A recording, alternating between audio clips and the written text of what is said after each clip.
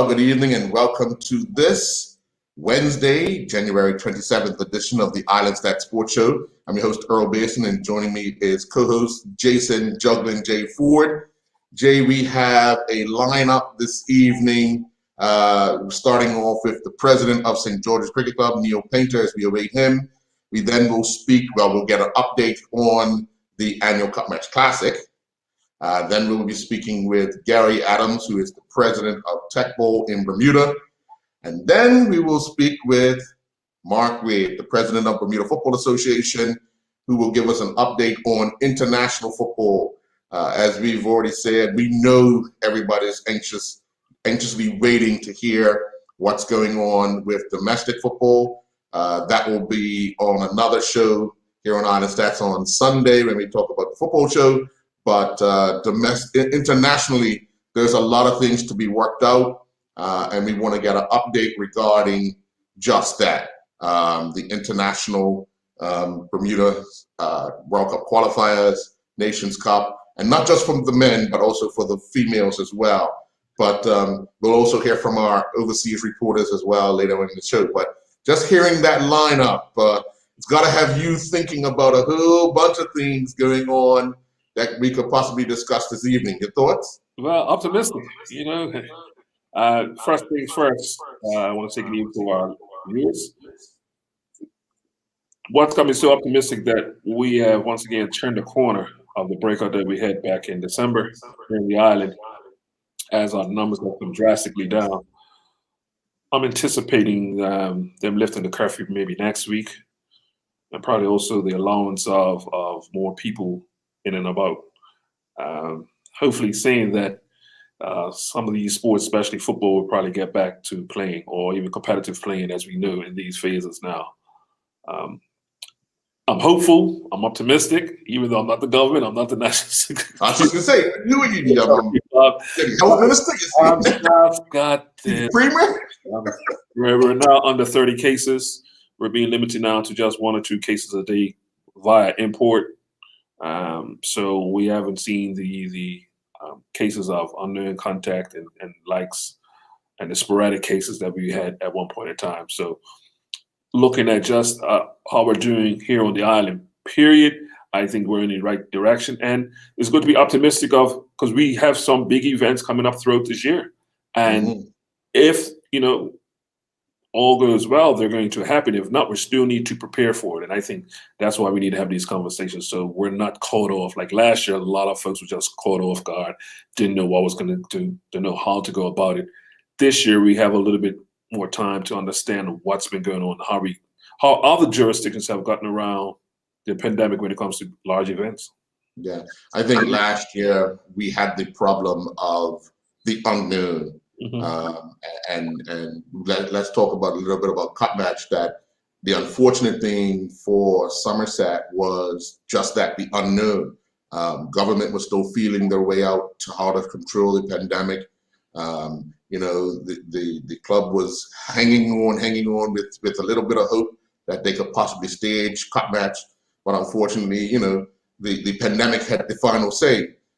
This time around, we've been dealing with it for almost a year now in Bermuda, and we have the opportunity to get an update in what direction St. George's Cricket Club will be going in. But we still have those unknowns.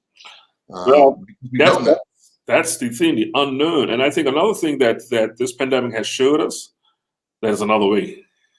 Yes. What we're used to.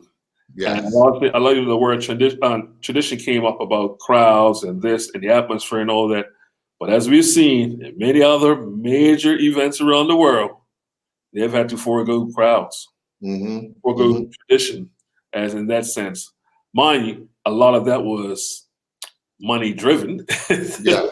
But what's funny? I mean, when you say that, we watched the test match in New Zealand, and you would have thought New Zealand was somewhere else in the world because of the multitude of spectators so close to each other, laying off on the embankment. The atmosphere was one of joyful. And the same thing with the test match in Australia, although it was more noticeable how little the crowd was in Australia because they were actually in a surrounded seated stadium Yes. to ensure the spread. Where in New Zealand, my gracious, it was almost like a county cup match atmosphere of how people were so relaxed in enjoying the cricket. And I mean, kudos to New Zealand's government of handling the pandemic.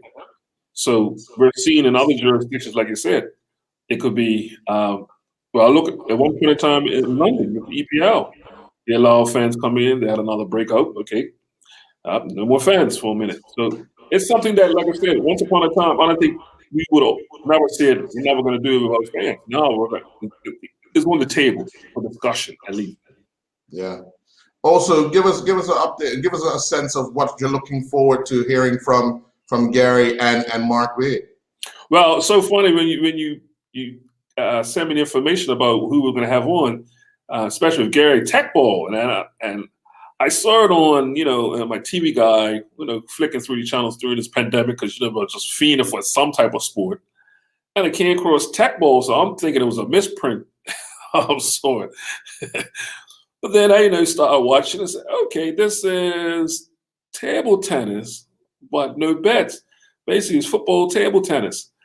And for some folks, especially coaches will know that some coaches use football tennis in their training sessions, outdoors, and you need to have that skill. So it'd be interesting to know, are they looking to start a federation here? Are they looking to compete here? Are they looking to go international, or is it just going to be fun?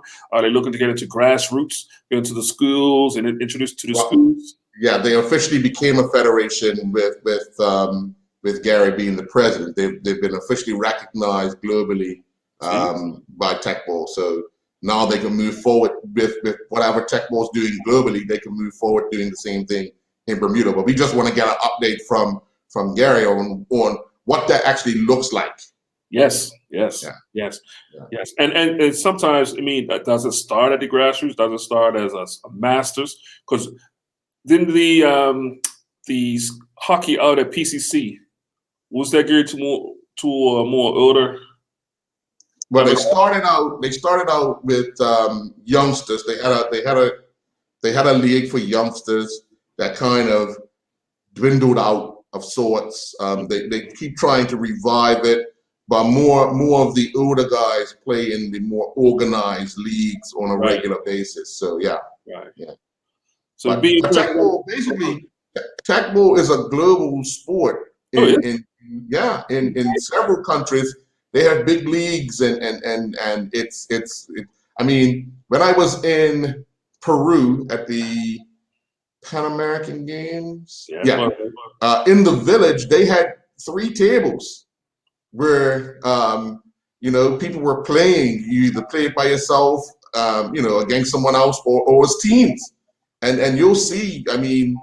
My gracious, globally it's a huge sport because of the way the table is angled. It's just amazing how things materialize using something that probably was a mistake one day and now becomes a competition. It was a spin-off because at one point in time, I know when I was going back in the 90s when I was in Atlanta, I knew they were talking about trying to make it a sport. Remember footballers were juggling with a beanie bag? Yes. And they were talking about making that a sport of some sort. I'm wondering if this is like a spin-off from something like that. Because you're seeing many different forms of football, whether it be indoor, whether it be, the different forms of indoor too. Right. Be interesting. Normally you see a lot of those Eastern Bloc countries or South American countries. Mm-hmm. But be interesting to see, number one, what inspired them to start it, and also, like I said, where are we looking to go to? Yeah, and obviously with what are you hoping to hear from Mark? Update. Plain and simple. Updates, please. Our boys are. Not just me. I'm pretty sure all the boys, the Warriors want to get back to competition. I still feel that we got some type of momentum from last year, because obviously, that's the last time we played. So I want to hope that the guys have used this time to, wisely because we're going to need it. We're going to have to come up guns blazing, especially the competitions that we're in. We're going to have some tough competition. Yeah. Tough competition. Yeah. I just got a message from Neil who's just finishing up a meeting. He's going to join us a little later. What we're going to do, because we have Gary coming on in a few minutes, we're going to get the overseas report. Yes. Then we'll come back with Gary, and then we'll have Mark, and then we'll be joined by Neil Painter. Cool. Okay? So here's the overseas report, starting with Vernon A. Springer. Hello, this is Vernon A. Springer from Vasquez Media in St. John's, Antigua and Barbuda, reporting for Island Stats in Bermuda.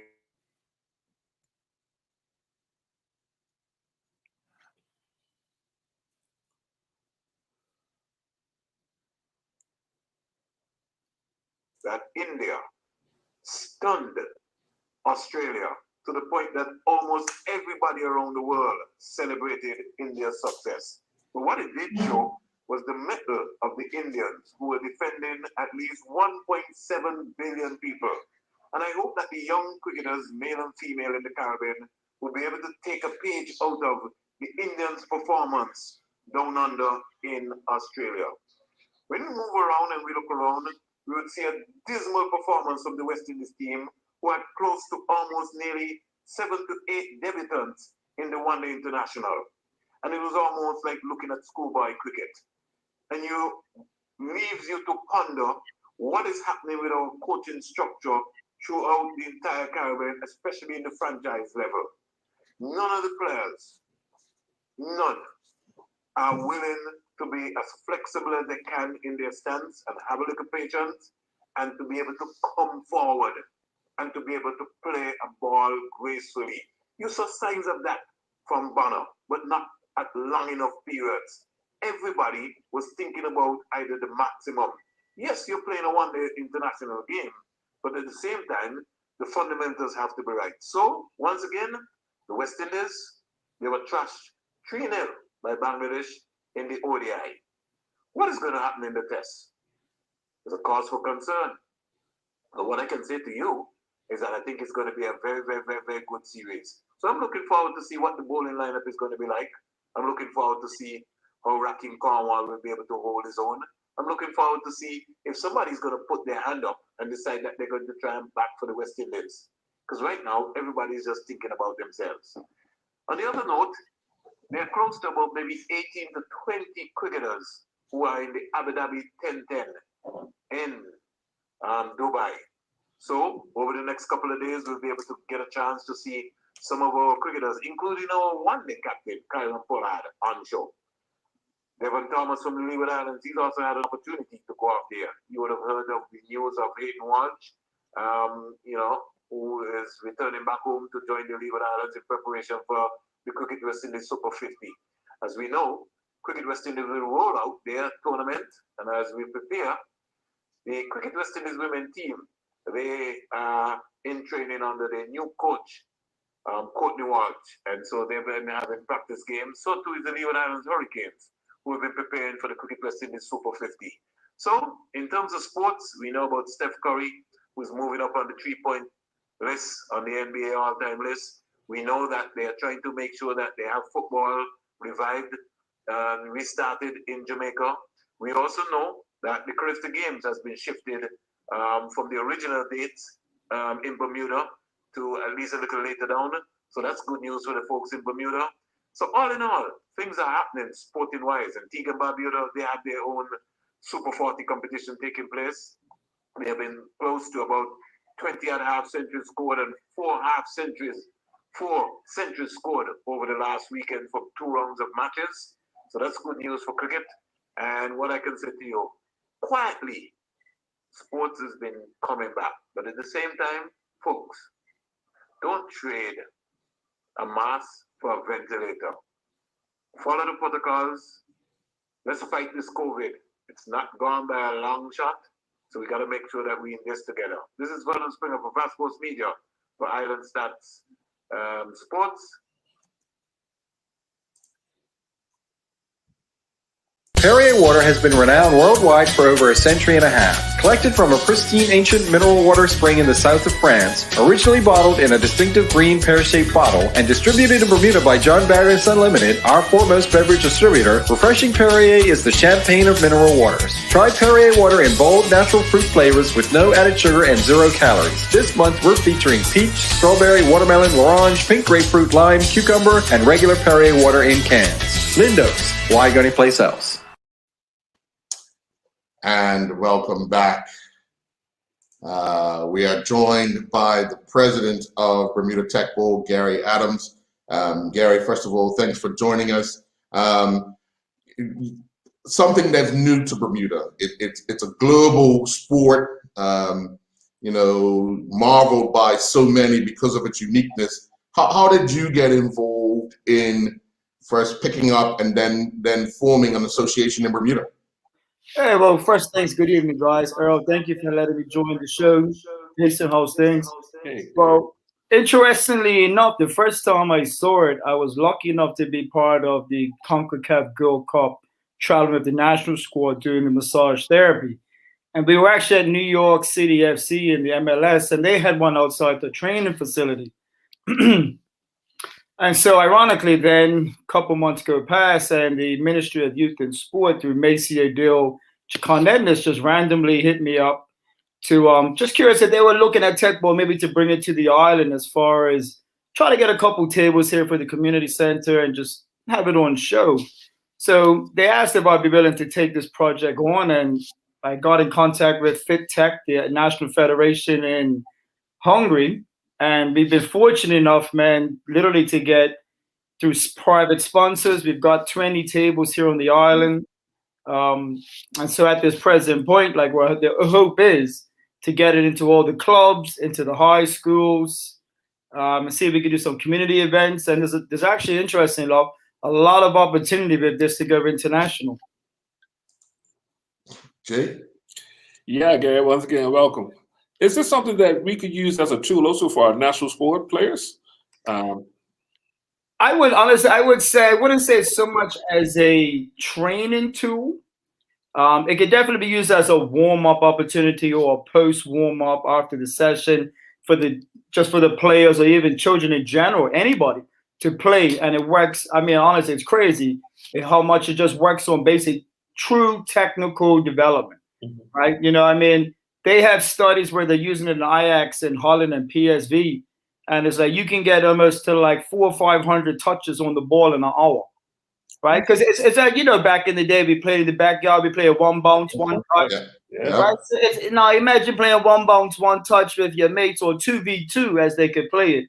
You're playing 2v2, so it's like the ball's coming back at you every 2-3 seconds. Yes. So it's forcing players to adjust on their feet. You got to have good control. And when you really get down to all the rules that they put in place, it'll show how really technically good or bad you are. Yeah.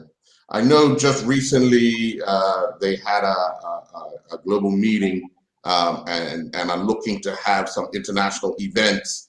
How will they probably have regional events first to see if you can qualify for a championship, or what's the latest talk globally that we could do regionally or locally, then regionally, and then globally? Okay. So the first step for us, I mean, we need to get international recognition by the Olympic Association of Bermuda.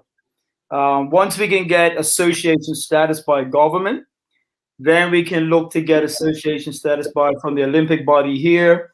That would then allow us to have international tournaments here on the island where we can actually have, I don't know, local clubs versus local clubs or individuals versus individuals. The top individual, the top 2 individuals could then participate in international tournaments in America. Most likely there's a lot of tournaments in the States going on right now and where it's being hosted in Hungary. Once we can have an international tournament here, the winners of that tournament can then actually be flown to Hungary to participate in the World Tech Bowl Championships. Now that would be our long-term goal right there. And honestly, I would say it's quite possible with the Tech Bowl in Hungary. They're being a very aggressive federation as far as having tournaments, getting people involved, promoting the sport worldwide. Yeah. One of the things I know it is big in South America, because you can go anywhere near South America and you'll see guys doing what we were doing, but they're using a table. Back in the day, you know, like you said, Gary, we played that one bounce, one touch. But it's a very unique style of layout for the table. I know there'll be times where we used to play table tennis back in the day and put up a piece of plywood if you couldn't get a, you know, Exactly. Yeah, for sure. So interestingly, man, I spoke to the whole manufacturing side of it out in Hungary. What happens is when they design the table, it's slightly curved, purposely, so when the ball bounces, it always bounces out towards you. Right. You know, like a ping pong table, the ball bounces up or whatnot. So when they designed it, it always bounces out towards you. So it's almost like if I'm throwing the ball at you every time. So again, it brings back, you got to adjust to it. You're always charging. You're always kind of just moving your body a little bit, you know. So, but it's addictive, you know. I mean, me and the team that I'm part of, we put one together. Yeah, you know, it's one you feel like a kid again. You mess up, you're like, look, but throw the ball back, throw it back. I can do better, you know. So it's like it's a constant change and developing game. But that's the fun part about it. It's just a fun game, and the best thing is. I think the world champions last year was a girl and a guy from Brazil. So it's not about sex, you know what I mean? And let's be honest, it's not even about how fit you are. I don't care if you can beat me in a through ball line down the wing. You know what I mean? Like, you know, you got a lot of guys in Bermuda realistically who they're good ballers, but I'm not trying to chase that guy. You know, or you got guys who are just fitter. This is 100% how technically good you are. So it opens up the market to like so many people. You know, it just opens it up, right? Where could one go? I'm sorry, Jay. Where could one go to find out the rules of it? Because you know us, we make up rules as we play.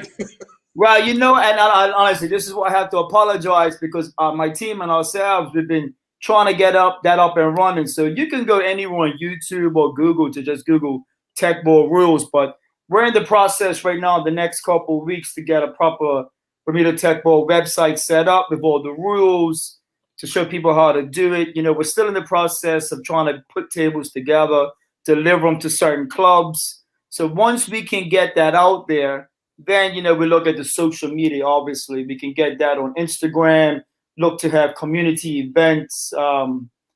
Then we can start. I think it's one of those sports. It's like once you play it, you understand it. Oh, yeah.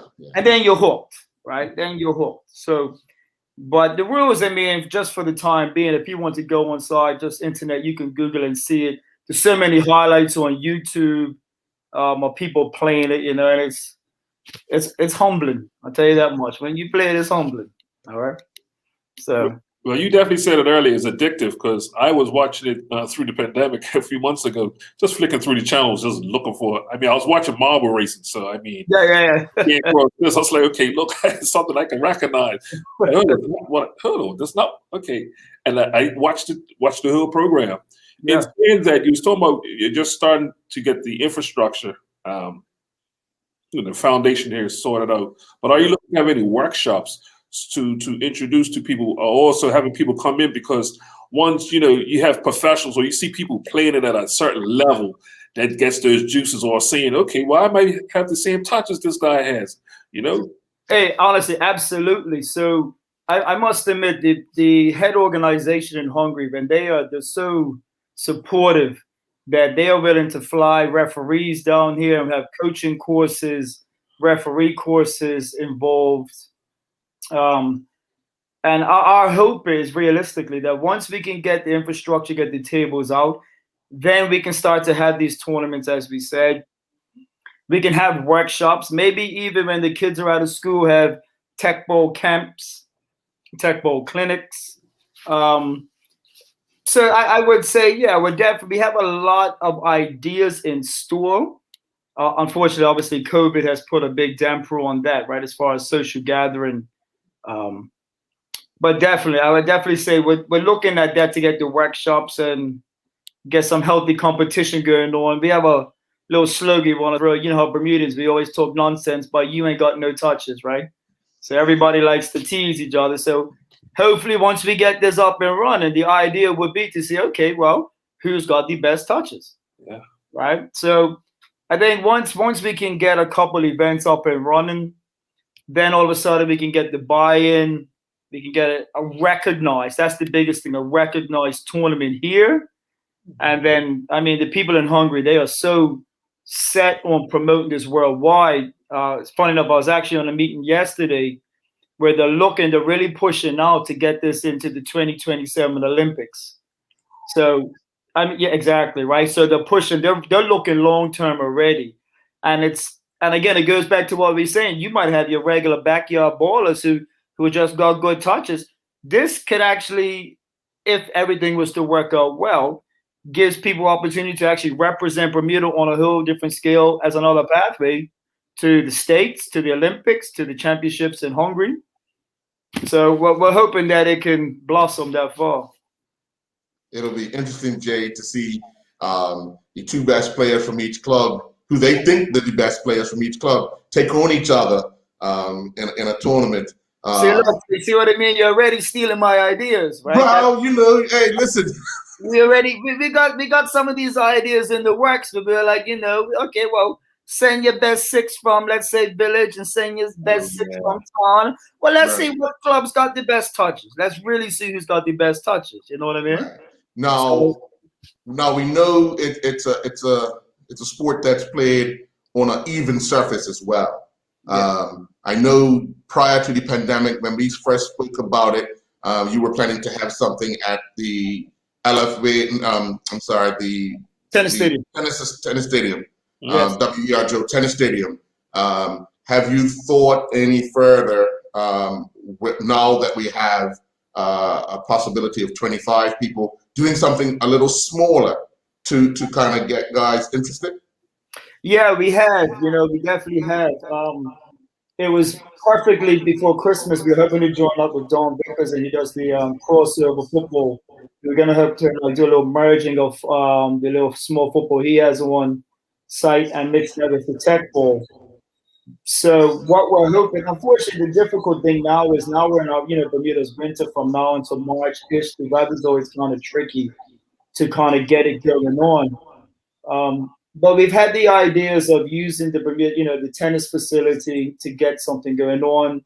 I've even kind of reached out to BAA, or to be honest, anywhere we can have a mass, even the BFA field would be excellent, where we can actually put 6, 7, maybe 8 tables out there and just kind of almost have like an open day. But I'll be honest, when you try to manage the COVID to 25 as a maximum of players, and it's going to be a lot of constant rotating. So I'm just a little bit hesitant right now until government can release the restrictions where we can allow a little bit of freedom of movement to allow people to really get interactive in it. So, yeah.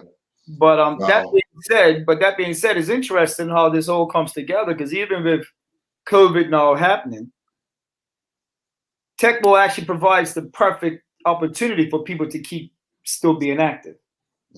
Because it's like ping pong in the sense where it's 2v2 across a table. Mm-hmm. There's no physical contact. I don't need you touching people. Wash your hands down the ball and have proper hygiene to things. So we could definitely make it work. It's just going to be trying to have the logistics of moving teams around. You know what I mean? Different groups mingling with different groups. So that might cause us a little bit of, I don't know how to say it, a little bit of logistics that we might have to work out. Well, we want to wish you well from us here at Island Stats, and we'll stay in touch with you to see how things are materializing, throughout the course of this period of the pandemic, and once government releases, hopefully you can have, like you want to, that open house to see who's interested, because like you said, once you play, you're hooked. And hey guys, I appreciate it. I'm looking forward to seeing a lot of people's smiles turn upside down when they think about all these touches, and then they're gonna be coming back to prove themselves. Hey, you never know, you might have a base and then 4 teams come out, right? I know my place, and it's on the side. All right, there we go. My mouth's big enough, though. I can talk. Hey, well, that could work, man. You always need an MC if you need the hype man. Keep it going. You know, and I mean the thing about that is like even talking to the people in Hungary. I mean they're excited to see the game get promoted, and I've had conversations with them. I said, look, Bermuda is a small island, but we've got good infrastructure, we've got good community, etc. We can promote it pretty easy on the island and get a lot of people involved just because we're geographically small, right? Yeah. So there's a lot of opportunity here, and again, if we can get up and run, it's opportunity potentially for people to represent the island, to go away for tournaments, or ideally, I like to have an international tournament down here in Bermuda, like where they had the America's Cup up there, like the Cross Island, or you can use Horseshoe Bay.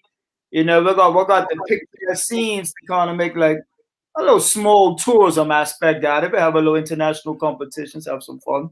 Yeah. But Well, they got the ideas. Let's need to see what happens, right? Yeah. Again, thanks a lot. We wish you all the best, and we'll stay in touch. Yeah, I appreciate you guys. Take care, right? No problem. When we come back, we'll be joined by Mark Wade, the president of Bermuda Football Association. This month, we're featuring a range of infant and baby care products from Hello Bello. The company started up by a husband and wife team who were inspired to meet the challenges arising from the often surprising, not to mention messy, experiences that came with the territory known as parenting. The couple behind Hello Bello know that being a parent is uniquely demanding, and their mission is to bring you premium products at gentle prices. Try Hello Bello Apple Blossom Baby Lotion, Lavender Shampoo and Body Wash, Flushable Wipes, Diaper Rash Cream, Lavender Bubble Bath, and more. Lindo's. Why go anyplace else? And welcome back. We are now joined by the president of the Bermuda Football Association, Mark Wade. Mr. Wade, obviously there's a lot going on in the football world locally, but we want to get to the international side of how March and the summer is going to play out for Bermuda internationally. We have a lot of commitments this year. But obviously everyone knows the first one is in March, where we're supposed to travel to Canada, and then we host Aruba. What's the latest? Yeah. Well, let me first say good evening to you guys, and obviously good evening to your listeners and your watchers online. Well, we're well into the planning stages. The teams locally have started to train. The players overseas have their work that they need to be doing. And we've been in discussions now, feels like forever, but it's probably only been a month or two with the Department of Health and also the Ministry of Youth, Culture, and Sport, just talking about what protocols we're gonna have to adhere to host a match in Bermuda, and even our players, what kind of protocols they need to be. We need to put them under even when they travel. It's a bit of a minefield right now for those that are following the sort of travel protocols around the world. Canada still has a 14-day quarantine period. The flights flights into Canada have been suspended until April. United States has a testing requirement now, and there's rumors of quarantine as well. So it's a bit of a minefield. I think we have a fairly good hosting plan that we work together with health and the ministry responsible for sport, and we've submitted that, and now we're just waiting for approvals and feedback from national security, or from the government in general. That's kind of where we are in Bermuda. We had a meeting yesterday with CONCACAF to just talk about all of the CONCACAF and FIFA, sorry, just to talk about all of the logistics around the World Cup qualifying matches, and of course, what COVID logistics there are. It was a pretty robust meeting. That's the new word for lively meeting. So it was robust, with plenty of questions that each individual country has. What we got out of that meeting was that this is it. This is the line in the sand. The matches have to take place. They have to take place in March, and there's little to no room for any contingencies or postponements or rescheduling. That kind of puts us and everyone in the region kind of in a very peculiar spot, only because I know Trinidad's planning to travel to the United States tomorrow to try and play the game this weekend. I know everybody will have their eye on how that works out with the new restrictions in the USA, and possibly games played away from home for everyone.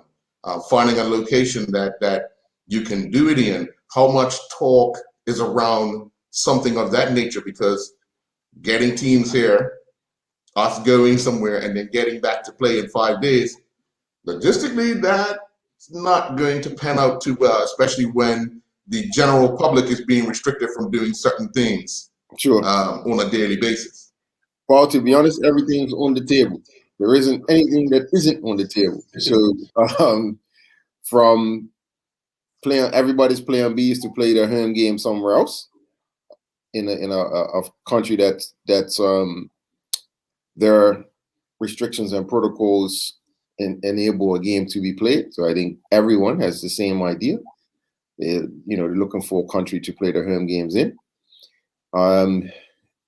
It's the idea of charter flights is still on the table as well. And maybe, that might be more palatable for countries if teams are flying in on charters. And even the prospect of multiple teams gathering in one location, that's also still on the table. So everything's still on the table. We have a little over a month to pull this all together. And I think everybody has sort of soft plans, plan A, a plan B, and in some cases a plan C. It's just a matter of sort of pushing the appropriate button. For us, we're waiting to hear from Canada, because they're doing the same thing we did, which is have discussions with their government about what exemptions they'll be willing to offer to Bermuda. So we have to wait until we hear back from them. Once we do that, then we'll decide what we're going to do next. Okay. You was talking about minefields, especially COVID minefields. So one of those mines, vaccine. Sure. What is some countries' requirements for vaccine? Because we're just hearing news today, I believe Earl was mentioned earlier off here, about testing or even taking a vaccine for the Olympics coming up this year. We shed more light on that. But what about the vaccine? How does the vaccine play into these plans now with these countries? Well, Canada isn't requiring that, so it doesn't really impact us too much from that perspective. No one has really talked about the requirement for a vaccine. I know there was some talk about a vaccine passport some months ago, and that seems to have kind of settled down a little bit, because I don't think anyone really wants to put individuals in the position of an ultimatum: take the vaccine or else you can't do this or you can't do that. I don't think anyone wants to do that. So I think that discussion's kind of been shelved for a minute. We'll see how it develops over the years. Over the next few months. From the Bermuda team perspective, they had a presentation tonight from the Ministry of Health, and we were thankful to have Dr. Weldon as well to just give a presentation to the team and answer any of their questions. we're not requiring our team to be vaccinated, but of course, we want them to have all the information and encourage them to either to seriously consider taking the vaccine, but it's entirely up to them. So this is it's all part of our process in terms of getting ready to play these games. The elephant in the room, obviously, with all these things thrown up in the air, is funding. All this stuff comes at a cost. Has CONCACAF, FIFA talked about what this added cost will look like, and what are the countries, especially the smaller countries, what have they been saying regarding having to foot another bill on top of trying to get these matches completed? Sure. So you may recall that FIFA provided every country with COVID funding. So every country has $1 million in COVID funding for domestic competition, for anything. So we do have some funding, and we have that as something that we can on. We did ask if there's any additional funding. Certainly, if everybody has to suddenly start taking charter flights, that's going to be pretty expensive pretty quickly. So we'll see, and obviously we have to manage that COVID funding appropriately, right? I know when we hosted the golf, and we hosted the World Tennis, the rugby, and the sailing requirements, or special requirements were lifted for the event, people involved in the events. Has there been any talk with the health department about kind of the same thing for football? Now, this was post the breakout, but now we're kind of getting things back under control. I don't know if they want to have that influx of people coming into the island over a short period, if most of our cases nowadays are being imported. Well, I mean, we all that's contained in our submission, our hosting of international match plan of how we would create and maintain a bubble for all players from both teams. So they'll be required to be in accommodation. They'll have to stay in the accommodation. They won't be able to have any visitors. Won't be able to leave the accommodation. All those sort of things are all part of part of sport in a pandemic. So that's part of our plan, and we're waiting for approval of that plan. Any final question, Jay? Yeah, you talk about the funding. How's it looking for sponsorship? Because I know during these times, it's not the greatest time to be getting sponsorship. Well, I mean, to be honest, we're thankful in the sponsors that we do have, Appleby and Axel. We're very happy to still have them on board as sponsors. We have some individuals as well who support us. Partnery supports some of our programs, and we have Leslie Cherry, who also supports our programs as well. So we're happy to have those sponsors. The funding is very tough at the moment. So we have to push on with what we have. Yeah. And my final question, obviously, what happens to a country if they can't meet the requirements and host in their turn to host the match? What is FIFA and CONCACAF saying? Trying to avoid that one. The ultimate is that you withdraw. Wow. No. We got that problem. Yeah, that is the ultimate. Because I mean, when you think of it, right, the World Cup has to happen. It cannot not happen. the World Cup and all of its revenues are what supports 211 countries. And there can be no delays in when the World Cup happens. So, you know, I think FIFA's basically drawn a line in the sand. We've delayed it once.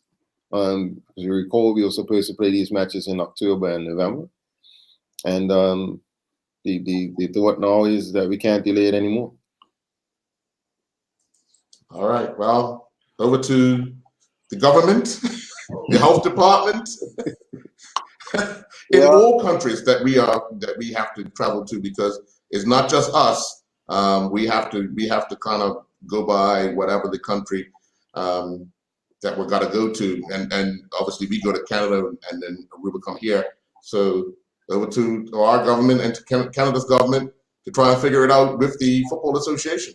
Sure, and we'll all have some extra gray hairs after this is after all this is said and done. But you know, yeah, because I mean, we even have to consider what Suriname's going to look like in June. So right. Yeah. Well, Mr. Wade, thank you for the update, and obviously the challenges ahead. The next few days will be very challenging for administration and also for players, because the one thing is getting ready for something, but you're not sure if it's actually going to happen. Right. Yes. So for the players and the administration, I know you guys will be working very hard to ensure that we can at least not be kicked out because of not being able to host a game. I didn't say anything about being kicked out. No, I don't like that word. Well, that's what it would be. That's exactly what it would be if we can't host it. An unfortunate event. Well, I don't care how you dress it up. I don't care how you dress it up. No, we're not even considering that. That's not even actually a thought, but we'll have to, like you said, everything is on the table, and hopefully we can get a good, positive result regarding what we're going to be doing in the next few weeks and moving forward for football internationally. Sure. Okay. All right. Thank you very much, Mr. Wade. Thank you, John. When we come back, we'll be joined by the president of the St. George's Cricket Club, Mr. Neil Painter. Go Macro started up at the beginning of the millennium in Wisconsin in the U.S. with macrobiotic farming in mind, motivated by the pursuit of health through balanced nutrition. Go Macro is a family-owned company dedicated to living and promoting a natural, whole food-based lifestyle. Like most whole food businesses, Go Macro is also dedicated to bringing you the flavors they love. This month we're featuring Go Macro Vegan Organic Granola and Coconut, Sunflower Seed Butter and Chocolate, and Coconut Almond Butter Chocolate Chip Macro Bars. Lindos, why go to place else? And welcome back. We are joined by the president of the St. George's Cricket Club, Mr. Neil Painter. Good evening, sir. How are you? Good evening, Mr. Bears and Mr. Ford. Good evening, sir. Hope all is well. Yeah, I'm not coming to you in my household or even at St. George's Cricket Club. I'm at another establishment. Okay. But I'm looking forward to having a conversation. No problem at all. We all know Cup match did not take place last year at the Somerset Cricket Club. It is due to be held in St. George's this year. Can you give us an update on where we're at as far as the planning goes forward to hosting the match in St. George's in July? Well, I can tell you that as per the schedule, Cup match was always scheduled at St. George's Cricket Club in 2021. We do realize that it didn't happen last year for the first time in over 100 years. So Cup match will be in St. George's this year.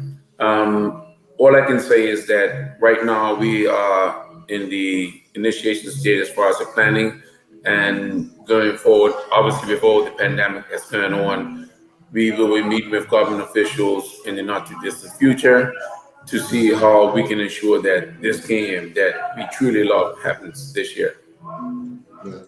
Now, there's so much up in the air, and I heard you say, you know, you're going to have the initial talks with government and obviously the health department and so forth. But Cup match, putting it on is almost a year or 2 year process. Once you host it, you start planning for the next time around, which you have a year off, and then you're right back into the mix. So what is left to do to prepare for it? Obviously, there's going to be money.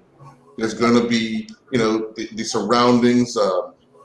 Do you have scaffolding? Don't you have scaffolding? All those type of things. How far are you with your management team in that discussion? So when you go to government and you go to the health department, you have a plan A, plan B, plan C. Well, we actually have 3 plans, A, B, C, and D. What I would say is that we, from a St. George's Cricket Club standpoint, we do believe that the game will go on. What the game looks like remains to be seen, depending on what's happening within the island in accordance with the pandemic. Because the one thing that we want to ensure is that if the game goes on, that all health regulations, COVID-19 regulations, and whatever comes about is in position. And we make a joke at St. George Cricket Club when it comes to cup match. We are always a club where things are initiated or implemented when it comes to changes to cup match, from the health department to scaffolding to everything else. In my opinion, and I've said this to my committee and also Somerset, is that I don't believe that we will have scaffolding this year. I don't see scaffolding happening at a cup match this year.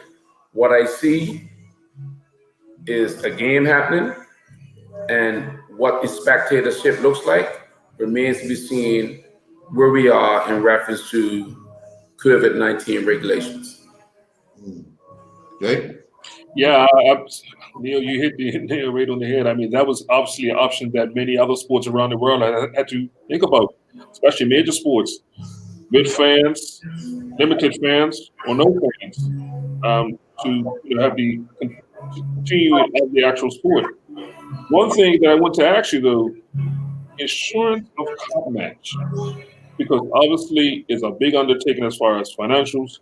And what if, for the sake of, we have a breakout in June and we have to scrap cup match after X amount of dollars have been paid and put out? Do you guys normally get insurance for cup match? And if you do, does it include a pandemic coverage?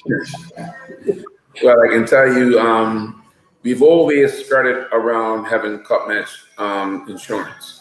We've looked into it over the last 3 cup matches in St. George's, and I can tell you, and I'll say it straight out, that cup match insurance has been in excess of between $50,000 and $60,000. That's what the insurance policy has been. We have not taken it out.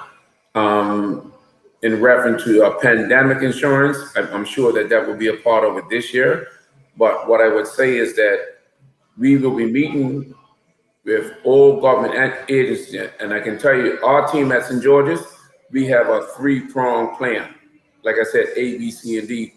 Whereas that if it happens with fans, how many fans? If it happens with limited fans, how many fans? And also if it happens without fans. And the 4th prong is that whether we don't have it or not. So we're gonna put everything out on the table to ensure that we can say, if we are gonna have cup match, this is what's gonna happen. And if we do not have cup match, obviously this is not what's gonna happen, but how do we benefit from it not happening?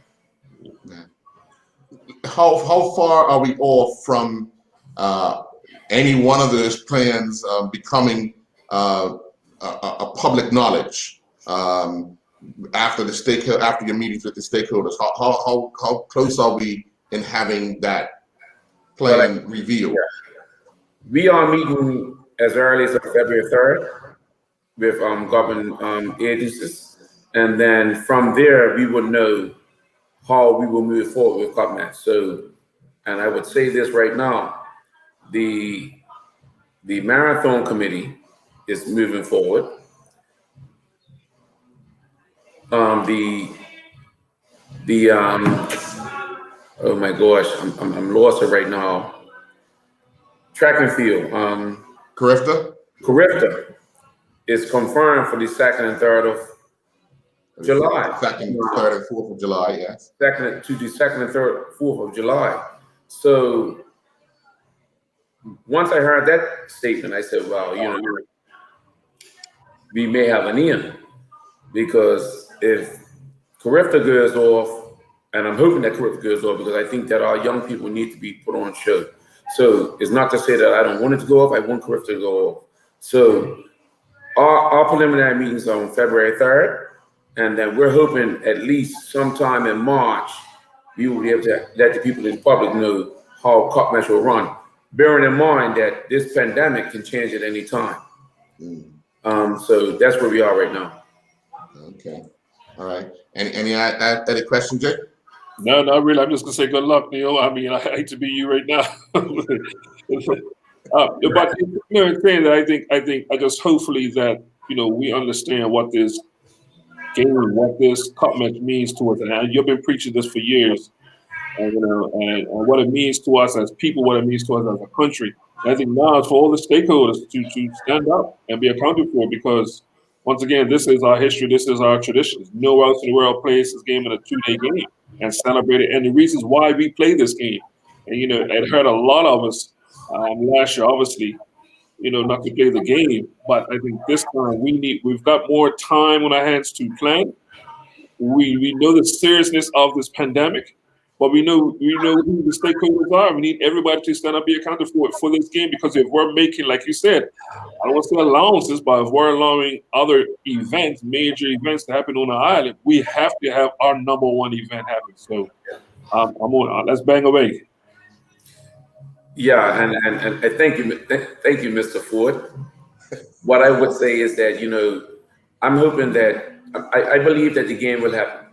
The actual match will happen. I believe it will happen. And I just want that the community, the corporate community, the whoever supports Cup Match, that assists us, not only St. George, but some to ensure that this game happens. And when they assist us, they assist the community, because I think Bermuda needs Cup Match. We need Cup Match. We didn't have Cup Match last year. We had a lot of people, I mean, including myself, disappointed that we didn't have Cup Match, but I understood why we couldn't have it. So we have to ensure that it has to happen, because, you know, we had a rugby classic that happened within the major part of the pandemic, and it ran off. I think I saw corporate tents up there. I don't know if corporate people were sitting under those tents. There were no spectators for them, but what I'm saying is that if we can do that for rugby, for Carifta, May 24th, there's no doubt that we need to do it for Cup Match, because this is the most significant event in Bermuda that brings all, because as Bermudians, with all this pandemic, with what was going on the island, we need Cup Match. We need Cup Match to bring us to where we need to be, where we have been all our lives. So all I'm saying is that Bermuda, support it, corporate Bermuda, support it. We need to have this game to go on, and government, I know what due to me, but please, let's make this happen. Yeah. Well, Mr. Painter, I want to wish you all the best, and we'll get back with you after you've met with government to see if you have any more updates, further updates regarding the annual classic that, as you have said over and over, it needs to happen. It must happen. So one way, shape, or form, it must happen this year. And I need it to happen on a personal note. This Cup Match, or any Cup Match. Yeah, we haven't had it since 2019. So yeah. All right. Well, thank you very much. We're going to take a commercial break. When we come back, we're going to hear from Anne-Marie Burke, our overseas Caribbean reporter, and then Jason and I will wrap up this edition of the Island Stats Sports Show. We're spotlighting a food producer whose products are made with real wholesome ingredients, such as the highest grade farm-grown vegetables and certified organic free-range livestock with no artificial ingredients or preservatives, and no compromising on the painstaking quality control. Imagine Foods believe that higher quality ingredients, meeting high standards of purity, yield greater nutritional advantages and a more satisfying flavor. This month, we're featuring Imagine Foods organic roasted turkey, vegetable wild mushroom, and savory beef gravy. Lindo's, why go anyplace else? Series of cases coming up. understand the declaration that we do have community spread here on the island, and therefore with the spike in cases and the community spread, the decision was taken by the government of Barbados to actually take us into a period of lockdown for 2 weeks initially, possibly going on to 3. We're hoping that in the 2-week period we can get everything done in terms of contact tracing, and therefore because of that we did not really get a start to sport here on the island. Of course, the first thing that was affected was the horse racing season. It would have started to pick up at the end of the year when we had our first race event, and it was expected to continue in January. However, that has been postponed right now, obviously pending what will happen for the rest of 2021 with regard to how we contain COVID-19 here on the island. In addition, we would have had the regional cricket competition being declared to start next month in Antigua. We initially chose a 15-member squad to go over to Antigua to represent the Barbados Pride.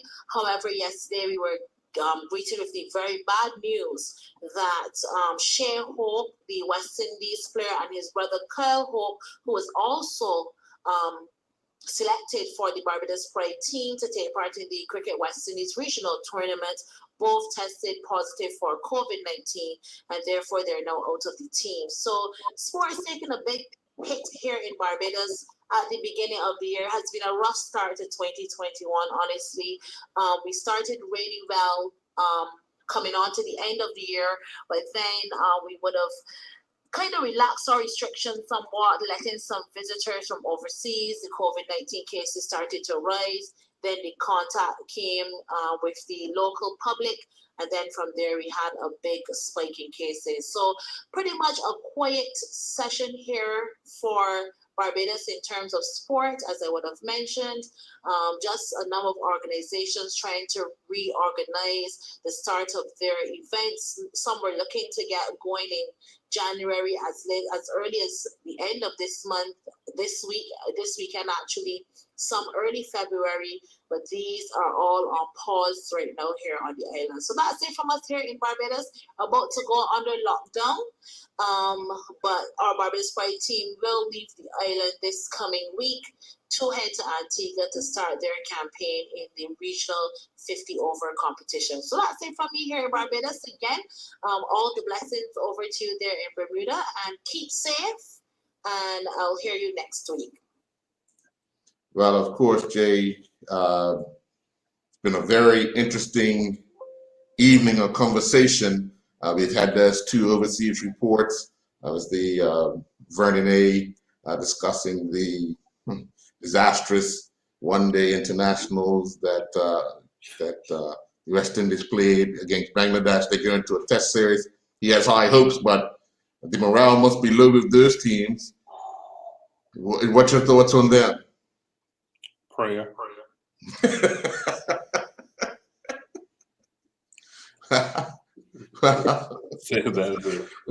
Listen, they better go on their knees in the batting pads, because they're going to be a while. I've watched, I've even taken the Pakistan and South Africa. What's the other test? England and who was it? India? No, Sri Lanka. Sri Lanka. Obviously, we watched Australia and India. Yes. Yeah, that's not even a whole different class right there. Yeah. Whole different class, whole different pool of talent. Yeah. Well, let's chat a little bit about our guest this evening. Obviously, we started off with Gary Adams and talking about Tech Bowl. Very interesting. Something new to a lot of people in Bermuda. I'm pretty sure some people have seen it. Getting the opportunity to try it out would be one of those things that people gravitate to early. And then if it sticks for them, they kind of hang around with it. So be interested in how that plays out. Yeah, I mean, just brainstorming, my head's always thinking. That is something that, especially in the off season with football players, would be ideal for school gyms, on the weekends to have, because I don't think you need, I'm thinking is the area would be ideal for most school gyms. Mm-hmm. Basketball, it's tight. It's real Right. tight. But I believe this Tech Bowl might be ideal for a lot of the school gyms, You Yeah, know, you can probably get 3 tables spread out and making a decent sized court for it. Yeah. yeah. So in saying that, would be ideal that would be something for off season. And then once again, when you talk about off season, just think about if tourism's always looking to have something or a competition or sports tourism during our off season, which would be the winter months, which would be ideal going forward. So that is something that I'm not sure when the season is normally with these other countries because we're still new to. But I think that's something that we can harvest in our off season or our winter months, or even though we're playing football, but during the Saturdays or even like I said, because it's gonna be hard. Or come summertime, I remember years ago the BFA was trying to really get the beach football up and running. They might have a go at this with beach. But interesting. Gary May had mentioned that you might not want to chase a guy down the line. You might just want to play tag ball. So he did mention about touches, but let me tell you one thing I did see in the obviously we're talking the professional level. Right. A lot of these players were very athletic. Oh yes. Very nimble. Sure. Especially the one that's playing up close to the net who can smash as you would normally have in table tennis. Yeah. Their legs got to get above the table and come in a downward fashion. Yes. Yes. And still miss the table because you can't hit the table. And you can't hit the table. Earl, we would pull every groin muscle known to go. But you only have to pull it once. We will retire on spot. And, we be the player in the backcourt just retrieving the ball or serving maybe.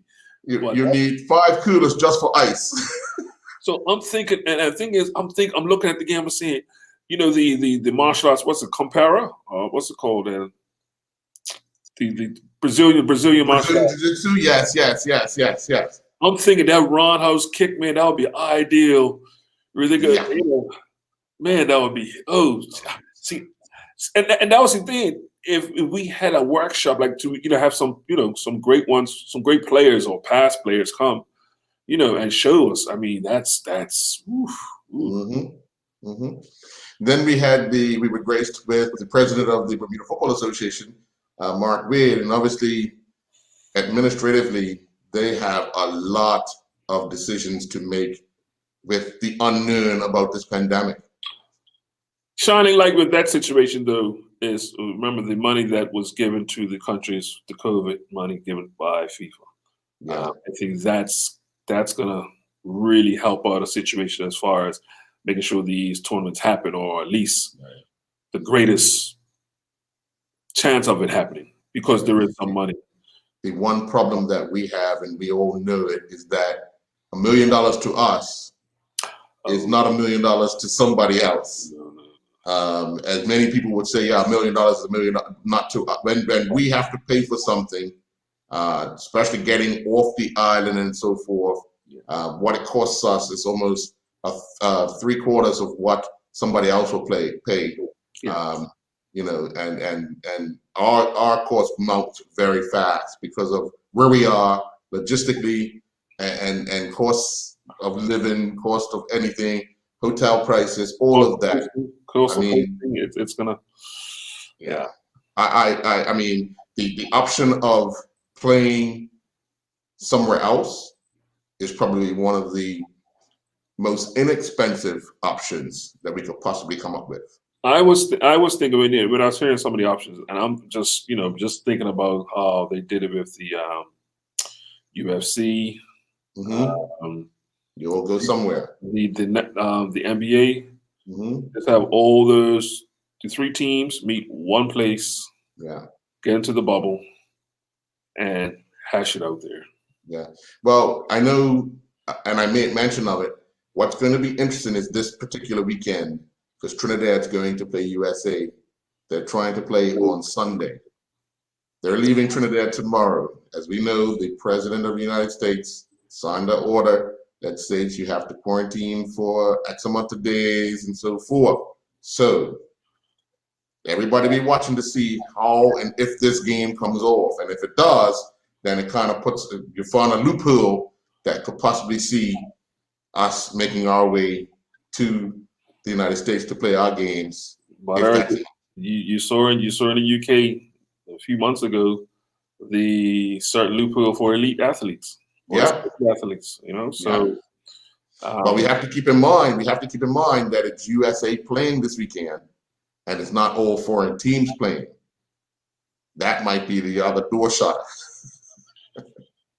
Man, let's But keep we- up with us, man. Yeah, we wait to see. They've been And doing then it obviously too long. we had the president of the St. George's Cricket Club, Neil Painter, who is ever so hopeful that this year we'll see the Cup Match Classic played at the Wellington Oval. COVID, man. Well, I'm gonna take his last comment first. He said personally he needs club management. So Right. I mean, I think I'm gonna shout out to the president of Summer's Cricket Club. Please take a picture of the cup and WhatsApp it to the president of St. George, because I think he really misses the cup, even just seeing the cup. So I think, You gotta throw that type of stuff in, huh? Okay. He won't need to take a picture. He's just gonna leave it. I don't want to ask him that because I know the answer. So I don't want everybody to Yeah, see. he'll leave it. When he brings it, he's gonna leave it. Earl, he misses the cup. Earl, he over the years, prior to, it's been a while now. Well, maybe he was quite fond of. He knew all the cracks. He knew where to polish more. He knew where everybody liked to put their fingers on it. He knew that his ribbons stayed on there for a while, and he didn't have to replace it. Or but yeah, it's nobody. It's your turn. Your turn. Not to worry, mate. It's cup. Remember, there's only 2 teams that play, so eventually it's gonna be my turn. So that's what I'm saying. But it's cup matching, and one thing, like, we have fun about it. Obviously, we have Oh, fun. yeah. But that's Without a something. Even though neighborhoods had some form of celebrating it last year, obviously it's nothing like the real thing, as they was Real thing. like the real thing. So obviously, I've said what I've said. I was going to stand by it. I might get banned or bashed or whatever. I don't care, because what it means to me, what it means to family, what it means to our community, what it means to our country. And something else came to mind, man. And so I've watched the governments of the day use that event for tourism. I'm seeing them bring what they call influencers, Mm-hmm. celebrities, and everything else to these events. I'm not gonna say what's got spent, but what I'm saying, if we're gonna use it for, we need to make sure that we have it. Yeah. He mentioned about the rugby, but how many days was that tournament? Oh, it lasted 3 weekends. Okay, so that's 3 weekends. The golf, how many days was that tournament? That lasted it's 4 days, but 5 days, 6 days. Yeah, the rugby, the sailing, how many days was that? That was 6 days as well. The tennis that we've had, that's been over a weekend, 3 days maybe. A little more than that. The par 3 championship, was it par 3 or something? No. There was a small tournament up. It was a small tournament up, I believe, at Belmont Hills. Not Belmont Hills, up at Turtle Hill. Turtle Hill, yeah, that was their the anniversary tournament. They had the tournament at the Johnny Walker at Ocean View. Yeah. Yeah. So One of the big things, not to cut you off, but one of the big things that we have to really keep our eye on is the event that's due to take place in April. As the BTA has said, that the sailors will be here for a month training. We know what happened in December when we had an influx of people returning from school and the like. We had all these imports. So I'm wondering if there's going to be a kind of a put your brakes on so close to us having that breakout in December. Are we looking for that same type of thing come February, March, when these guys plan to come here and spend a month here? You know, so Well, see, this one I'm getting at, hope is not being judged the same, put in the Yeah. same group, because when you look at, when I'm get back to what we're talking about, cup match, at the most it's 3 days. It's mhm, 2 days of cup match, yes, and it's the trial match the week before. yes, yes, Total 3 days. right. There's not an influx of a whole lot of imported players. Nope. So we're not talking about people coming in. Maybe if it's it may well, if we're talking about visitors, that's something different. But we're talking about the actual playing of the game. Right, right. So these are things that we we can't be judging apples and apples. Yes. Now, obviously, Earl, let's think about it. If something breaks out, like I said, in July, Mhm. all bets are off the table because Right, right. But as going forward, what we're seeing so far, what's been put in front of us, Mhm. I feel pretty optimistic. Yeah, definitely, definitely. Well, you know, come next week, we'll have another update, more information. I can't wait.